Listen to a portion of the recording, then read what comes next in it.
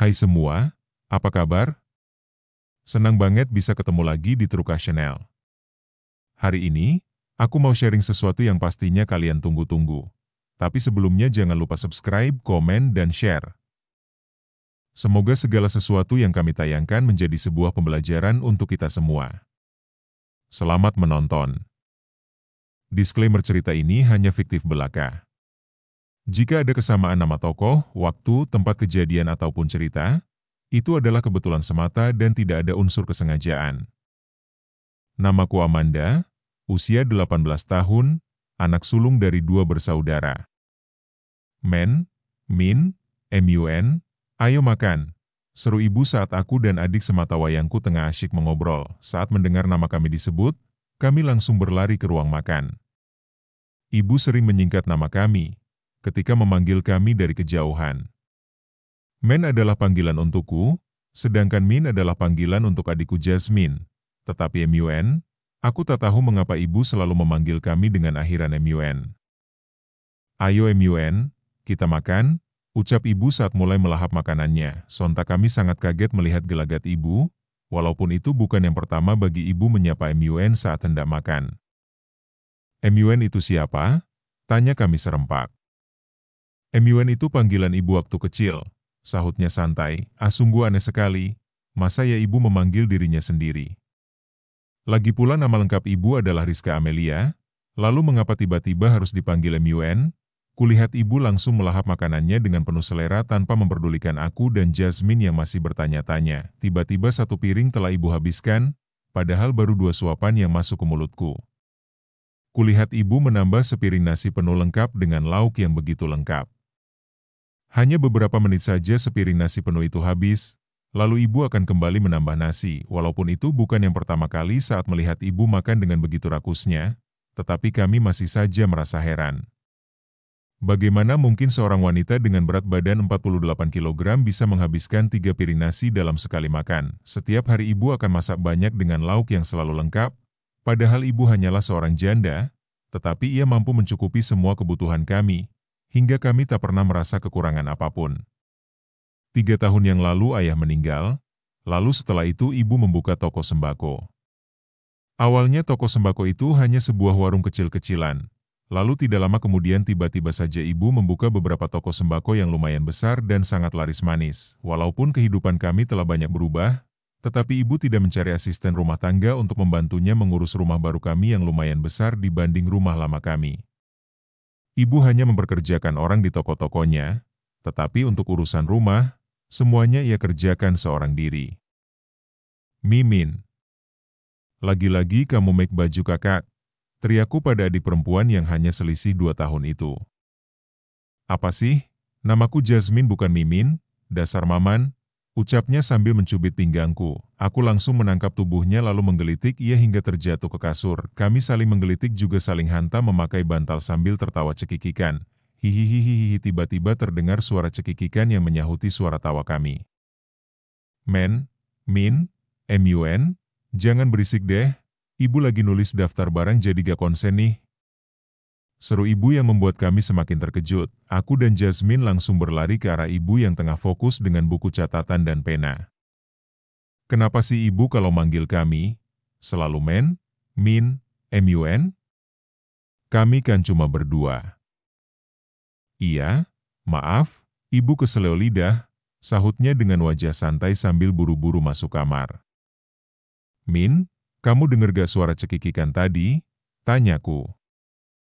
Iya, dengar. Suaranya serem banget, aku sampai merinding. Ucapnya sambil bergidik ngeri. Malam semakin larut, tiba-tiba terdengar suara lolongan anjing yang saling bersahutan. Setelah mendengar suara lolongan itu, mataku menjadi sulit untuk dipejamkan. Tolong! Tolong! Terdengar suara teriakan seorang wanita yang membuatku tambah terkejut. Tiba-tiba pintu kamarku didorong dengan keras. Sesosok wanita berambut panjang memakai daster berwarna putih dengan wajah seputih kertas berlari masuk ke kamarku. Kuntilanak, teriakku. Apaan sih kak? Ini aku Jasmine, ucapnya sambil mendekatkan wajahnya. Mimin. Ngapain sih dandan ala kuntilanak segala? bentakku dengan napas ngos-ngosan. Ini aku pakai masker, Kak, ucapnya sambil celingukan dengan napas yang juga ngos-ngosan. Terus ngapain kamu tiba-tiba nyelonong ke sini? Tanyaku sambil mendorong tubuhnya yang memelukku dengan erat. Aku takut tidur sendirian. Tadi aku mendengar suara cekikikan kuntilanak lalu setelah itu ada suara orang berteriak minta tolong. Ucapnya yang tampak ketakutan. Mungkin kuntilanak itu mengira kamu temannya, makanya ia datang ke sini, ucapku sambil terkekeh. Ih kakak, teriaknya sambil mencubit pinggangku. Hihihihihihi, terdengar suara cekikikan yang begitu jelas hingga membuat kami berteriak histeris lalu menutupi tubuh dengan selimut. Sebenarnya aku sangat penasaran dengan suara teriakan seorang wanita yang tampaknya tengah butuh pertolongan, tetapi aku terlalu takut untuk keluar rumah di malam yang telah larut. Bahkan untuk membuka selimut pun aku sangat ketakutan. Keesokan paginya, warga sekitar rumah tampak ricuh dengan hilangnya bayi Bu Inem yang baru berusia beberapa hari. Apakah hilangnya bayi itu ada hubungannya dengan suara kuntilanak yang kudengar? Mimin, teriakku saat melihat lemari yang telah acak-acakan. Adik sematawayangku itu seringkali mengacak-acak lemariku, lalu mengambil pakaianku tanpa izin, padahal ibu telah membelikan pakaian apa saja yang ia mau. Hening, tak ada jawaban. Tampaknya ia tengah pergi bersama teman-temannya dengan memakai pakaianku. Awas kau Mimin, nanti kalau pulang akan kukasih pelajaran. Gumamku sambil membantingkan tubuh ke tempat tidur. Kriet-kriet terdengar suara pintu lemari yang tiba-tiba terbuka. Bersamaan dengan itu baju-baju dari dalam lemari berjatuhan seolah ada seseorang yang menariknya. Teriakku sambil berlari keluar kamar dengan wajah ketakutan. Mandaa, sayup-sayup terdengar suara lirih dari arah kamar hingga membuat bulu kuduku terasa meremang. Wah. Aku berteriak lebih kencang sambil berlari terbirit-birit. Amanda, kamu kenapa? Tanya seorang wanita yang tampaknya tengah hamil tua. Itu, di rumahku kayaknya ada hantu. Wanita itu hanya tersenyum sambil mengelus perutnya yang besar. Masa siang-siang ada hantu? Ucapnya sambil menertawaiku. Amanda, kamu kenapa? Tanya ibu yang tiba-tiba muncul sambil menenteng sebuah kantong kresek kecil. Enggak apa-apa, kok, Bu. Aku cuma gabut sendirian di rumah, soalnya Jasmine pergi entah kemana, jawabku. Mbak Lisa, ayo kita makan bakso bareng di rumah saya, ucap ibu sambil tersenyum ramah pada wanita hamil tadi. Sebenarnya saya juga mau beli bakso Mas Gimin, ucapnya sambil tersenyum tipis. Di sana rame banget, kasihan kalau Mbak Lisa harus ngantri. Kebetulan saya membeli 4 porsi bakso, ucap ibu sambil memberi kode agar wanita berperut besar itu mampir ke rumah kami. Wanita berparas ayu itu mengangguk lalu mengikuti ibu masuk ke rumah. Ayo Amanda, kamu kan paling suka makan bakso, ucap ibu. Bukan sekali ini ibu membeli 4 porsi bakso atau makanan lainnya, padahal di rumah kami hanya ada 3 orang. MUN ayo makan, teriak ibu sambil memindahkan bakso ke mangkuk. MUN itu siapa? Tanya Mbak Risa dengan wajah bingung. Maksud saya Min, saya sering keseleo lidah kalau manggil si Jasmine malah Jasmun, ucap ibu sambil tersenyum. Kulihat Mbak Lisa langsung tertawa ngakak saat mendengar ucapan ibu. Hahaha ada-ada aja, nama anak secantik itu kok jadi Jasmun. Jasmine kan lagi gak ada di rumah, Bu, sahutku sambil menyuapkan bakso yang telah kupotong-potong itu ke mulutku. Oh, iya, lupa, sahut ibu hingga membuatku mengernyitkan dahi. Beberapa waktu kemudian tiba-tiba Jasmine pulang. Weh, lagi makan bakso nih, ucap Jasmine lalu duduk di samping ibu. Min, kamu gak pinjem baju kakak? Tanyaku sambil memperhatikan pakaian yang ia kenakan. Enggak, ngapain juga mesti pakai pakaian kakak? Ucapnya sambil meraih semangkuk bakso yang tadi ibu siapkan untuknya. Lalu kenapa lemari kakak acak-acakan? Tanyaku. Gak tahu, jawabnya sambil melahap bakso yang sudah dingin itu dengan lahap. Bu Rizka, makasih baksonya, ucap Mbak Lisa lalu beranjak dari tempat duduknya. Sama-sama, semoga dede bayi yang ada dalam kandungan sehat ya, ucap ibu sambil mengelus perut Mbak Lisa yang telah besar itu. Setelah itu wanita itu pun pergi. Ibuku adalah wanita yang sangat baik juga ramah pada semua orang. Seringkali ia memasak banyak lalu membaginya ke para tetangga. Selain itu, ia juga sering bagi-bagi rejeki pada orang yang kesulitan ekonomi juga pada anak yatim. 1 bulan berlalu, terdengar kabar bahwa Mbak Lisa melahirkan. 1 hari setelah ia pulang dari rumah sakit, ibu mengajak kami untuk menengok bayinya sambil membawa hadiah. Ibu tampak tersenyum gemas saat melihat bayi mungil itu. Iya, ibuku memang penyayang anak, terutama bayi. Setiap ada tetangga yang baru melahirkan, ibu pasti akan menengok seraya memberi hadiah juga amplop, apalagi kalau tetangganya itu termasuk orang yang kesulitan ekonomi. 1 hari setelah itu, tiba-tiba terdengar kabar yang sangat mengejutkan. Bayi Mbak Lisa yang baru beberapa hari itu dikabarkan hilang secara misterius. Daerah tempat tinggalku menjadi geger dengan kabar itu. Misteri hilangnya bayi itu kerap kali terjadi setiap sebulan sekali. Sebenarnya apa yang terjadi pada bayi-bayi itu? Keesokan harinya, kulihat Mbak Lisa tampak linglung dengan penampilan acak-acakan sambil menggendong boneka. Keadaannya begitu memprihatinkan. Tampaknya ia sangat terpukul karena harus kehilangan bayinya yang secara misterius itu. Bu, lihat deh Mbak Lisa, kasihan banget ya dia, ucapku. Iya, kehilangan seorang anak adalah hal yang sangat menyakitkan, ucapnya sambil menitikkan air mata. Loh, ibu kok nangis? Ibu jangan sedih karena kami akan selalu ada untuk ibu, ucapku juga Jasmine sambil memeluk ibu dengan erat. Jasmine janji gak akan pernah ninggalin ibu, ucap adikku sambil mengusap air mata ibu yang terus berjatuhan. Ada rasa penasaran mengapa ibu terus menangis saat melihat keadaan Mbak Lisa. Apakah karena hati ibu yang begitu lembut, sehingga ia turut merasakan kesedihan orang lain? Ataukah ada sebuah rahasia yang ibu sembunyikan dari kami? Malam semakin larut, entah berapa lama aku tertidur, tiba-tiba tenggorokanku terasa kering. Gegas kulangkahkan kaki menuju dapur. Tiba-tiba terdengar suara tangis wanita yang begitu menyayat hati. Ya ampun, itu si Mimin ngapain malam-malam begini pakai nangis segala? Apa dia baru putus cinta? Gumamku sambil melangkah menuju kamarnya. Setibanya di sana, aku terperanjat saat melihat gadis berambut panjang itu tengah tidur dengan lelapnya. Suara isak tangis itu masih terdengar dari sebuah kamar tamu. Apakah itu ibu?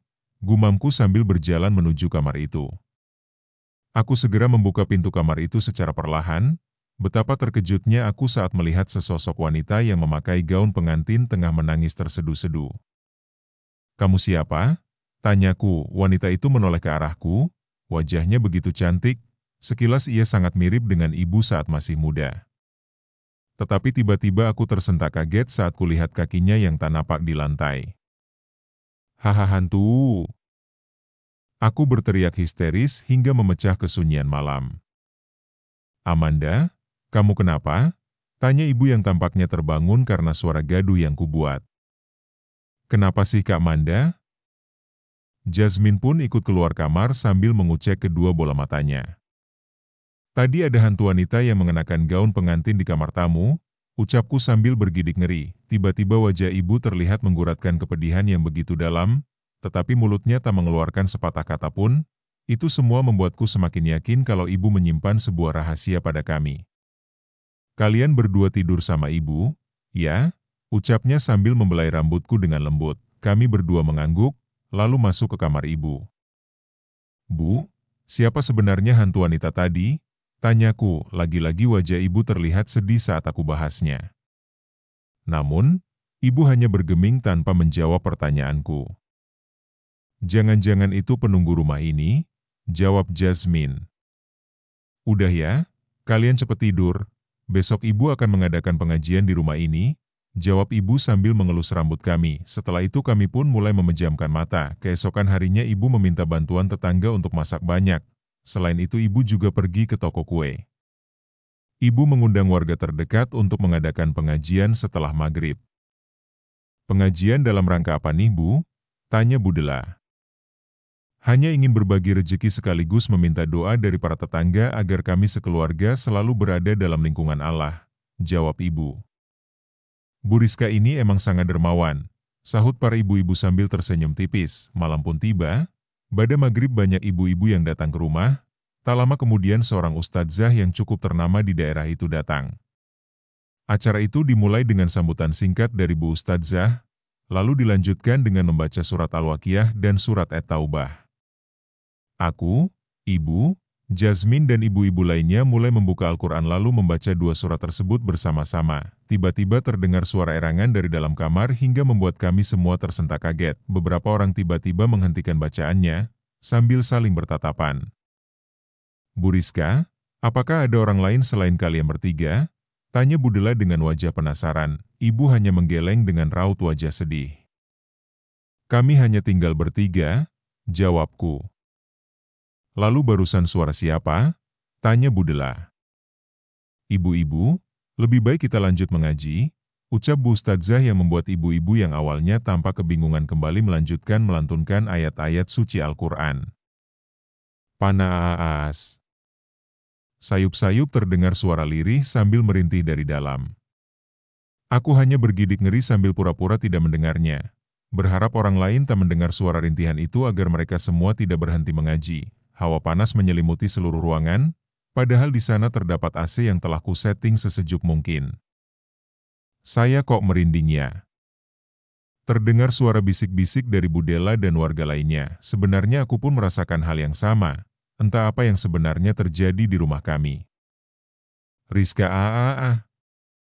Rizka aaah. Keluar kau. Tiba-tiba terdengar suara orang berteriak memanggil nama ibu hingga kami semua terkejut. Kulihat ibu segera keluar ke arah suara, diikuti para hadirin juga Bu Ustadzah yang tampaknya penasaran dengan apa yang terjadi. Aku dan Jasmine pun ikut keluar karena khawatir dengan keadaan ibu. Hei iblis yang berpura-pura menjadi malaikat, umpat seorang wanita yang beberapa hari lalu kehilangan bayinya secara misterius. Bu Lisa kenapa bicara seperti itu? Tanya ibu dengan nada lembut. Ibuku memang wanita yang sangat lembut, ia jarang marah-marah ataupun membalas perlakuan buruk orang lain. Kalian semua jangan mau makan makanan atau menerima apapun dari wanita itu, dia itu bersekutu dengan iblis, ucap Bu Lisa hingga membuat semua orang tampak tercengang. Bu Lisa, tolong jangan bicara sembarangan, ucap ibu dengan mata nanar. Asal kalian tahu, sebulan sebelum saya melahirkan, dia tiba-tiba mengundang saya makan bakso di rumahnya. Lalu sehari setelah saya melahirkan, ia datang menengok sambil memberi kado untuk bayi saya. Lalu saat malamnya tiba-tiba suami saya menemukan segepok uang yang tergeletak begitu saja di depan pintu rumah. Saya mengakui kalau saya mengundang Bu Lisa untuk makan bakso juga memberi kado, tetapi soal uang segepok itu bukan dari saya, ucap ibu. Halah? Semua orang tahu kalau Bu Rizka suka bagi-bagi uang sama warga, ternyata uang itu adalah pemancing untuk mencari tumbal pesugihan yang ia lakukan, ucap Bu Lisa hingga membuat semua orang tercengang lalu saling berbisik. Demi Allah, semua yang Bu Lisa tuduhkan itu tidak benar, itu fitnah, teriak ibu sambil berderai air mata. Pantas saja banyak bayi yang hilang secara misterius sejak Bu Rizka pindah ke sini. Ucap Budela, aku tak menyangka wanita itu akan tega mengatakan fitnah yang keji pada ibu, padahal beberapa hari lalu ibu membantunya membayar hutang pada rentenir. Selain itu, ibu juga memberinya beras dari warung sembakonya secara gratis. Kalau memang ibu berbuat baik karena mencari tumbal, sudah pasti Budela telah menjadi tumbalnya setelah menerima uang dari ibu. Bagaimana kalau kita geledah saja rumah wanita ini? Ucap Bu Rahmi. Bu Rizka, apa benar ibu melakukan pesugihan? Tanya Bu Ustadzah. Demi Allah, Bu, saya tidak mungkin melakukan hal senista itu, ucap ibu sambil berlinang air mata. Bohong, ucap Bu Lisa sambil berlari masuk rumah diikuti ibu-ibu yang lainnya. Kulihat ibu hanya pasrah saat mereka semua masuk dan menggeledah rumah kami. Hanya Bu Ustadzah dan sedikit ibu-ibu yang masih berdiri di samping ibu sambil mencoba menguatkan hati ibu. Saya yakin Bu Rizka tidak mungkin melakukan hal sehina itu, ucap Bu Fatimah. Ibu hanya tersenyum penuh haru karena masih ada orang-orang yang mempercayainya. Bu, kita tak perlu takut, karena kita tak bersalah, ucapku sambil memeluk tubuhnya dengan erat. Tiba-tiba terdengar sesuatu yang membuat kami tercengang. Kuntilanak, pekik ibu-ibu sambil berhamburan keluar, mereka semua langsung berlarian dengan wajah ketakutan. Ada apa ibu-ibu? Tanya Bu Ustadzah. Ada kuntilanak, sahut Bu Rahmi hingga kami semua merasa terkejut. Sejak saat itu, keluarga kami dikucilkan banyak orang. Bahkan toko sembako ibu menjadi sepi. Kulihat ibu sering tampak murung sambil berlinang air mata tanpa sebab, itu semua membuatku merasa prihatin. Sebenarnya hati kecilku menaruh rasa curiga pada ibu, karena gelagatnya yang lumayan aneh. Setiap kali ibu memanggil Menmin MUN kepada kami, di situ aku sering merasa curiga padanya. Mungkinkah MUN itu adalah kuntilanak yang pernah menampakkan dirinya pada kami? Mungkinkah ibu memelihara kuntilanak itu sebagai pesugihan, makanya keadaan kami tiba-tiba berubah? Jahatkah aku jika berpikiran seperti itu? Mungkinkah orang sebaik dan selembut ibu tega menumbalkan bayi-bayi tetangga untuk persembahan kuntilanak? Rasanya itu terlalu mustahil bagi wanita baik dan rajin beribadah seperti ibu. Malam itu, saat aku terlelap, tiba-tiba terdengar suara tangis wanita yang begitu menyayat hati. Aku segera menutupi seluruh tubuhku dengan selimut, karena pasti itu suara kuntilanak yang tinggal di rumah kami. Keberadaan kuntilanak itulah yang membuat orang-orang semakin yakin kalau ibu melakukan pesugihan. Tiba-tiba terdengar suara seseorang yang berjalan ke arahku. Aku sangat ketakutan hingga bercucuran keringat. Tiba-tiba dia menyibak selimutku hingga tampaklah sesosok wanita yang begitu mengerikan. Wajahnya seputih kertas, tangannya yang berwarna kebiruan dengan kuku yang begitu panjang itu seperti hendak menyentuhku. Wah! Aku berteriak histeris hingga memecah kesunyian malam. Manda, kamu kenapa? Tiba-tiba kulihat ibu dan Jasmine berdiri sambil menatapku dengan wajah bingung. Barusan ada kuntilanak serem banget, Bu, ucapku dengan napas ngos-ngosan. Lagi-lagi kuntilanak, bosan dengarnya, gerutu Jasmine sambil sesekali menguap. Bu, sebenarnya siapa kuntilanak yang sering menampakkan diri di rumah ini? Aku tak kuasa lagi memendam rasa penasaranku, hingga aku memberanikan diri untuk bertanya pada ibu.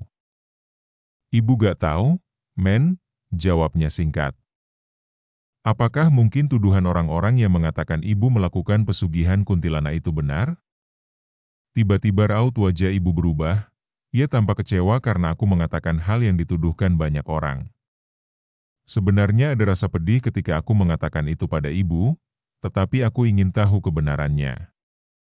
Astagfirullah Manda, ibu gak mungkin melakukan musyrik yang amat dibenci oleh Allah, ucap ibu sambil berlinang air mata. Sebenarnya aku pun merasa penasaran dengan kuntilanak itu, karena aku juga pernah beberapa kali melihat penampakannya, ucap Jasmine.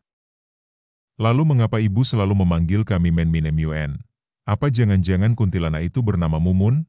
Tanyaku, seketika wajah ibu seakan menyiratkan kepedihan yang begitu dalam, tampaknya ucapanku begitu sangat melukai hatinya. Bersamaan dengan itu suasana tiba-tiba menjadi mencekam. Entah mengapa aku merasa merinding tanpa sebab. Terdengar suara lolongan anjing yang saling bersahutan, menambah suasana menjadi mencekam. Kakasi ngapain namanya disebut, jadi serem kan? Ucap Jasmine.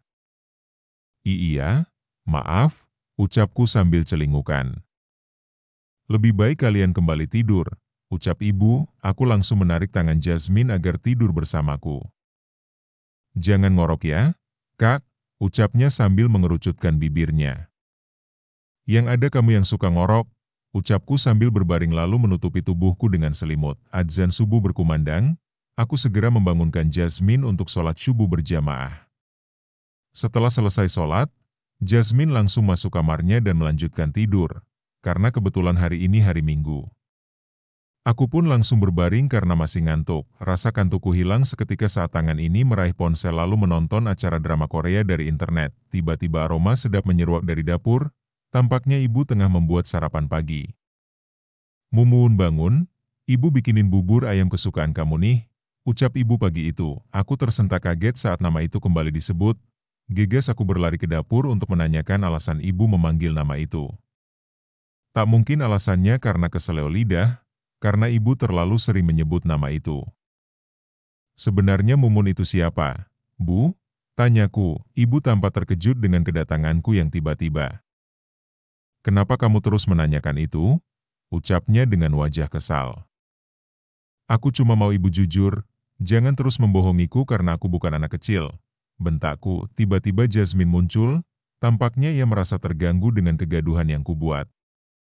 Benar Bu, Mumun itu siapa? Tanya Jasmine. Kalian benar-benar lupa pada Kak Mumun? Tanya ibu hingga membuat kami tersentak kaget. Kak Mumun jangan dihabisin bubur ayamnya, aku juga mau. Sekilas bayangan seorang wanita cantik yang usianya kira-kira berbeda 3 tahun denganku itu muncul dalam ingatanku. Wajahnya sama persis dengan hantu wanita yang pernah menampakkan diri padaku. Namun, semuanya masih terasa samar dan berbentuk puzzle dalam ingatanku. Namun, tiba-tiba kepalaku terasa sakit saat mendengar namanya disebut. Rasanya aku pernah mengenal wanita itu. Tetapi semakin aku berusaha mengingatnya, kepalaku semakin terasa sakit. Jangan sakiti aku, Kak. Tiba-tiba Jasmine berteriak histeris dengan wajah ketakutan. Tampaknya ia mengingat sebuah kenangan yang membuatnya ketakutan. Ibu langsung memeluk kami dengan erat. Itulah alasannya mengapa ibu merahasiakan semuanya dari kalian, ucap ibu sambil memeluk kami dengan erat. Jasmine, kita harus tenang, biarkan ibu menceritakan semuanya, ucapku. Jasmine mengangguk lalu menarik napas panjang dan menghembuskannya secara perlahan. Walaupun kepala kami terasa sakit saat nama itu disebut, tapi kami ingin ibu menceritakan tentang siapa itu Mumun, ucapku. Apakah kamu yakin? Tanya ibu dengan wajah ragu. Akhirnya ibu bercerita kalau Mumun atau nama lengkapnya Kamu Nawar adalah kakak kami yang telah meninggal. Usianya hanya beda 3 tahun denganku. Awalnya kepalaku terasa sakit saat mendengar cerita ibu. Rasanya kepingan-kepingan ingatan tentang kakakku itu seolah berputar di kepala. Ibu bilang kalau Kak Mumun pacaran dengan anaknya musuh ayah dan ibu. Kak Mumun tetap saja bersikeras untuk mempertahankan hubungannya padahal ayah dan ibu menentang hubungan mereka. Hingga akhirnya Kak Mumun hamil hingga membuat ayah dan ibu syok. Saat mengetahui Kak Mumun hamil, ibu langsung mengurung Kak Mumun di kamar dan tak membolehkan ia kemanapun. Sebenarnya lelaki yang telah menghamilinya berniat untuk bertanggung jawab, bahkan keluarganya pun setuju. Namun, ayah dan ibu bersikeras menentang pernikahan mereka hingga akhirnya Kak Mumun depresi. Saat itu aku masih kelas 3 SMP, sedangkan Jasmine kelas 1. Sebenarnya aku masih belum mengingat apapun saat ibu menceritakan semua itu. Aku juga sangat terkejut karena kupikir aku adalah anak sulung. Lalu mengapa aku dan Jasmine bisa lupa pada Kak Mumun? Tanyaku. Hari itu hari Minggu, pagi-pagi sekali ibu dan ayah berjualan di pasar. Saat pulang dari pasar, tiba-tiba kami menemukan kalian tengah terbaring tak berdaya dengan darah yang mengucur dari kepala. Tiba-tiba ibu lihat pintu kamar Mumun telah terbuka. Betapa terkejutnya ibu saat melihatnya menangis di pojokan sambil memegangi sebuah tongkat baseball. Apakah Kak Mumun yang menganiaya kami? Tanyaku. Sepertinya iya, jawab ibu dengan pandangan nanar. Lalu, tanyaku.